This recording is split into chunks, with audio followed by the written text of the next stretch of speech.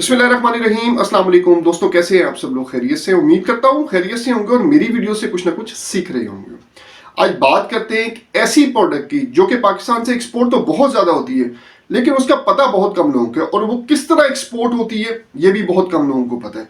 तो मेरी वीडियो को लाइक, सब्सक्राइब और शेयर लाजमी किया करें ताकि ऐसी जो इंपोर्ट एक्सपोर्ट की वीडियोस है आप लोगों के लिए लेके आता रहा करूं। क्यों? इसमें बहुत सी ज्यादा टेक्निकल चीजें होती हैं, मतलब किस तरह हम लोगों ने एक्सपोर्ट करनी है, किस तरह वहां पे सेल करनी है, कैसे करना है, क्या करना है, वो सारा कुछ A to Z मैं आप लोगों को समझाने की कोशिश करता हूं। जैसा कि आप लोगों ने थंबनेल देखा होगा कि एक बंदे ने एक्सपोर्ट करके कितना रेवेन्यू जनरेट किया इसे।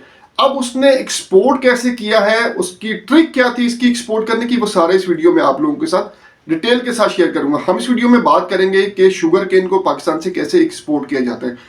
तो उससे पहले थोड़ा सा आपको ये पता होना चाहिए पाकिस्तान में होता कहाँ है। अब ये बात करें, ये पंजाब में बहुत ज्यादा पाया जाता है। पंजाब के कौन से एरियाज में? रहीम यार खान और फैसलाबाद में ये इस बहुत ज्यादा क्वांटिटी में पाया जाता है, और सरगोदा रीजन में ये, जहां पे इस एरिया में काफी ज्यादा शुगर मिल्स भी है। तो आप लोगों को आइडिया हो जाएगा कि इसी एरिया में ज्यादा पाया जाता है। अगर सिंध की बात करें, पाकिस्तान ने लास्ट ईयर 2024, 23, 24 में 80 लाख मेट्रिक टन जो है प्रोड्यूस किया। अब आपको ये भी पता होगा हम शुगर के बहुत बड़े एक्सपोर्टर भी हैं, ऑल्दो हम इंपोर्ट भी करते हैं लेकिन हम एक्सपोर्ट भी करते हैं शुगर बहुत ज्यादा। अगर मैं इसकी प्रोडक्ट्स की बात करूं तो इससे शुगर बनती है, शुगर केन से, और गुड़ बनाया जाता है जो कि आपको जागरी जिसको बोलते हैं, और भी बहुत से नाम है इसको। ये दो चीजें इससे बहुत ज्यादा बनाई जाती है, और भी बहुत सी प्रोडक्ट्स बनाई जाती हैं। अगर हम इसकी बायो प्रोडक्ट की बात करें, बायो प्रोडक्ट में आप अल्कोहल बना सकते हो, इससे एथेनॉल बना सकते हो, इससे बगास बना सकते हो, और जो है प्रेस मड बना सकते हो।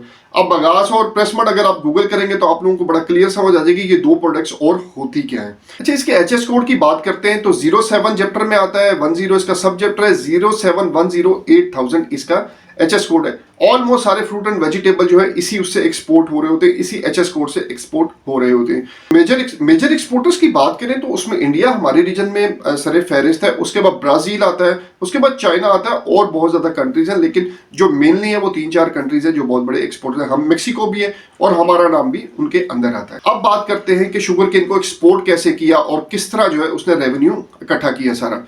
अब आपको पता होगा कि गंडेरियां बहुत ज्यादा एक्सपोर्ट होती है पाकिस्तान से, ये बाय एयर की शिपमेंट में भी जाती है, बाय सी भी जाती है। अच्छा, यहाँ पे ट्रिक क्या है? अब 1000 kg अगर आप बाय एयर भेजते हो तो वो 14 रियाल की पड़ती है वहां पहुंच, ठीक है। सेल हो रही होती है 11, 12, 13 रियाल की, ठीक हो गया। उन भाई साहब ने किया क्या? उन भाई साहब ने ये किया कि गंडेरियां जो है, फर्ज करें अगर आप 100 रुपए kg आप गंडेरी लेते हैं, ठीक है, 100 रुपए गंडेरी लेते हैं, तो उस पर जो कॉस्ट आती है पेपर की, उसके जो बैग है 2.5 kg, 2.5 kg जाता है, ठीक है। 2.5 kg की जो कॉस्ट आती है वो आती है आपकी 21-22 रुपए बैग की कॉस्ट आ गई। उसके बाद लेबर कॉस्ट आ गई 20 रुपए कॉस्ट आ गई इसकी, या 10 रुपए कर ले, 10 रुपए कॉस्ट आ गई। उसके बाद जो फ्रेड है वो 320 रुपए फ्रेड है बाय एयर का। तो वो अगर टोटल कैलकुलेशन करें तो ये बनता है 14.22 दिरहम वहां पे जो है। ये सिर्फ जो है पोर्ट पे पहुंचे, जबल अली पोर्ट पे, या बाय एयर में बात करें दुबई पोर्ट की बात कर ले, वहां तक की पहुंचे। उसके बाद इसको जो है आगे क्लियर भी होना है। क्लियरेंस 1000 kg की शिपमेंट में तो 1 दिरहम उस पर डाल दें आप तो 15.22 जो है दिरहम पे ये वहां पे पहुंच पड़ती है। अब यहाँ पे ट्रिक क्या है, कैसे इसको एक्सपोर्ट किया और रेवेन्यू जनरेट किया? यहां पे हमने किया ऐसे कि हम लोगों ने गन्ने ले लिए। इन भाई साहब ने सिर्फ एक ही जो है सीजन में यही काम किया, इसके अलावा कोई काम नहीं किया।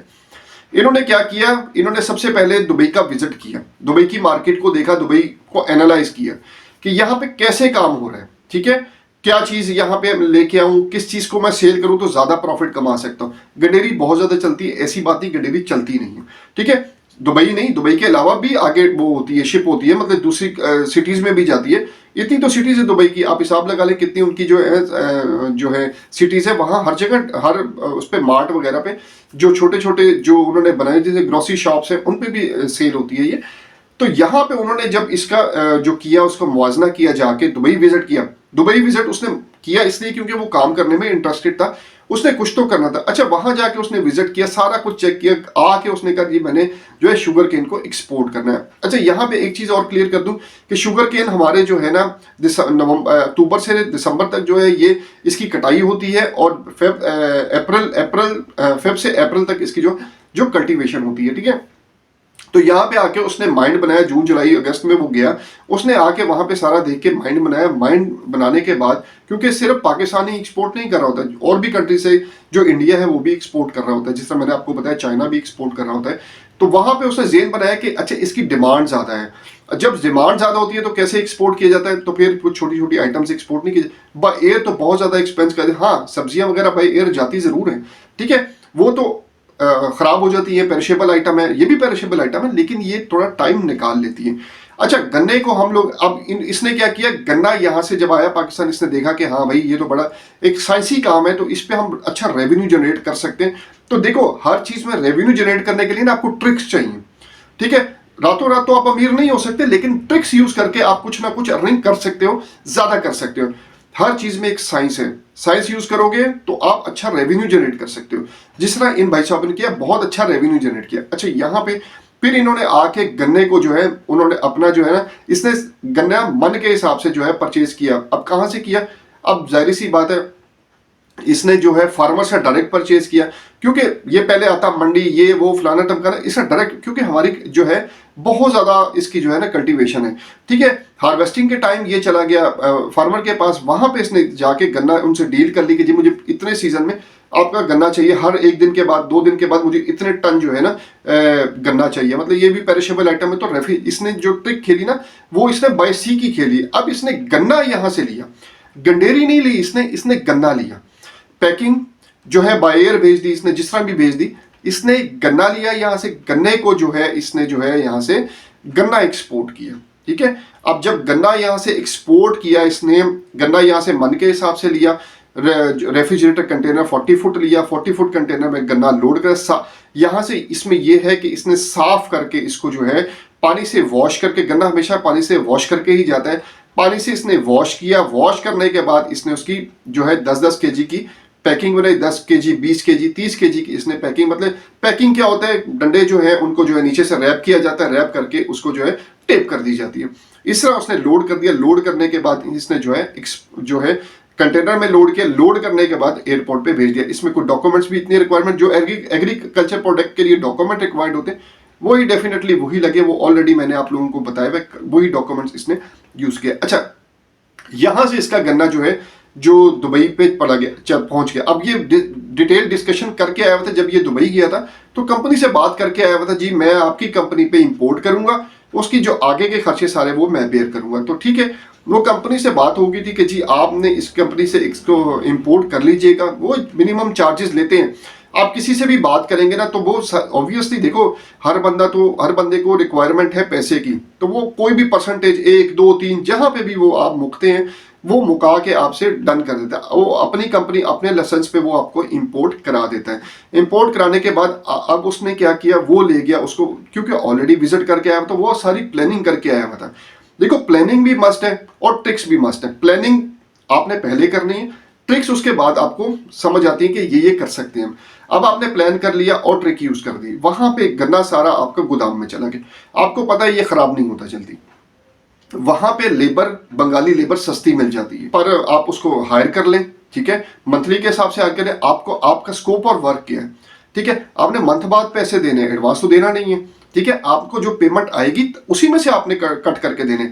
आपने लेबर हायर कर ली, एक गोदाम भी ले लिया, ठीक है, उसमें थोड़ी सी आपको इन्वेस्टमेंट करनी पड़ेगी। आपका माइंड है ना कि आपने काम करना है, ठीक है, आपने कैसे काम करना है। अच्छा, इसने क्या किया, इसने जब ये गन्ना लेके चला गया, वहां पे पहुंच गया, वहां पे लेबर जो है, लेबर से इसने सारी जो कटिंग वगैरह करवाई, कटिंग करवा के उसकी गंडेरियों की शेप में उसको ले आया।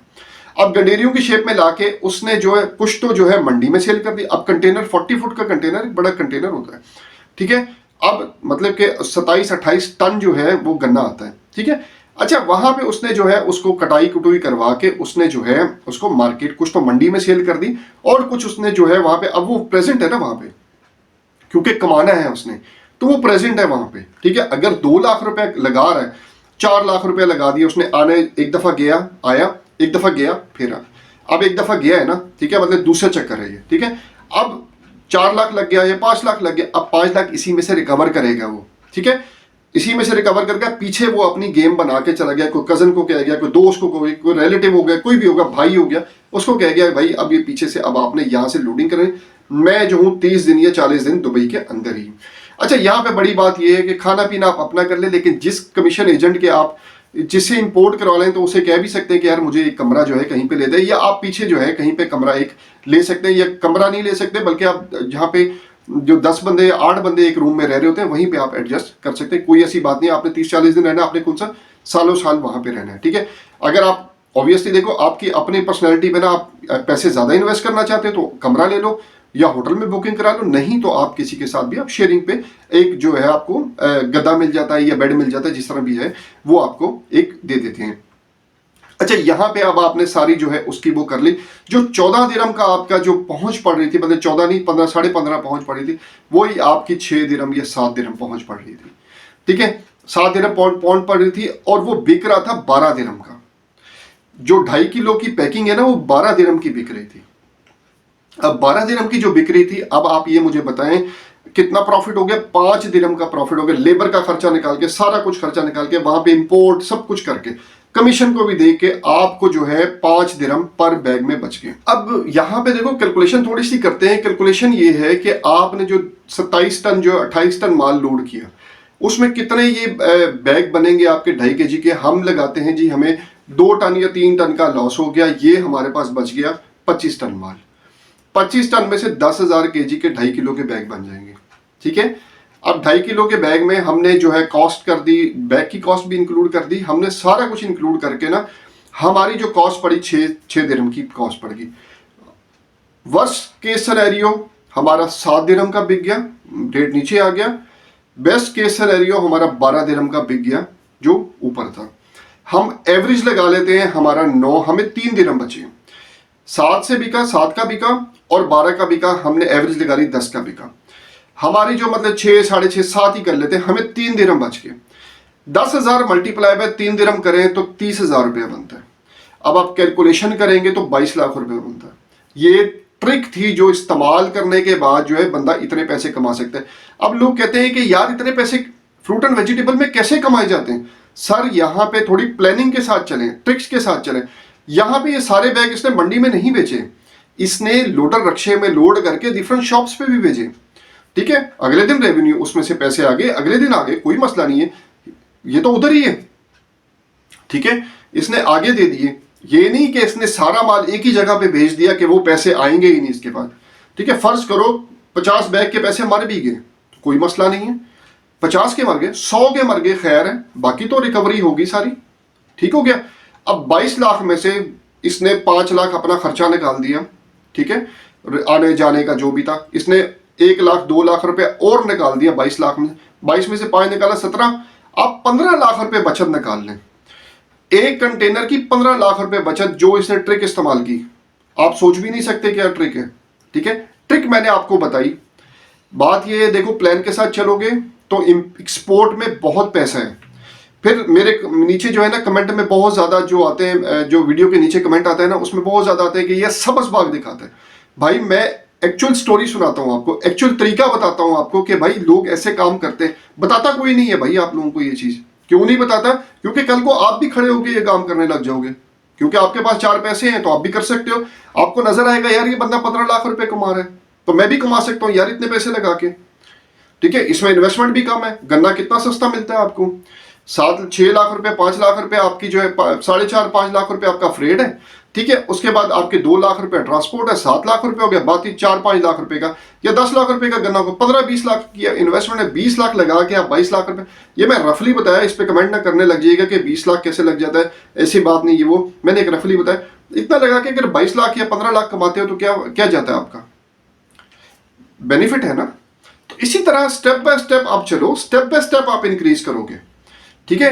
अब ये नहीं होगा कि आप जाओ एकदम से, हाँ आपके पास पैसे हैं तो मस्ट विजिट करो दुबई को। दुबई नहीं करना चाहते, गल्फ कंट्रीज को विजिट करो, ठीक है। सऊदीया विजिट करो, बहरीन करो, ओमान करो, कतर करो, कुवैत करो, दुबई करो, ठीक है। बांग्लादेश करो, आजकल बड़ा स्कोप है बांग्लादेश में, ठीक है। अगली वीडियो में इंशाल्लाह बांग्लादेश पे बनाऊंगा कि कौन कौन सी प्रोडक्ट एक्सपोर्ट हो रही है बांग्लादेश में और कितना कितना रेवेन्यू जनरेट कर रहे हैं लोग। तो ये आप भी कर सकते हो, सिर्फ मेरी वीडियो को देखा नहीं करो, उस पर अमल भी किया करो ताकि आप लोग एक्सपोर्ट कर सको भाई लोगों।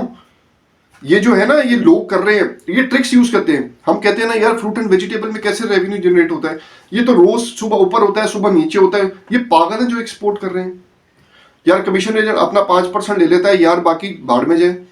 अक्सर कमेंट में पढ़ रहा तो हाँ बिल्कुल ऐसा है, लेकिन ये कुछ आइटम्स में ऐसा होता है बिल्कुल कि लोग सर पकड़ के बैठ जाते हैं एक्सपोर्टर, लेकिन फिर आप देखो कि अगले साल वही एक्सपोर्टर जो है फिर मार्केट में होता है।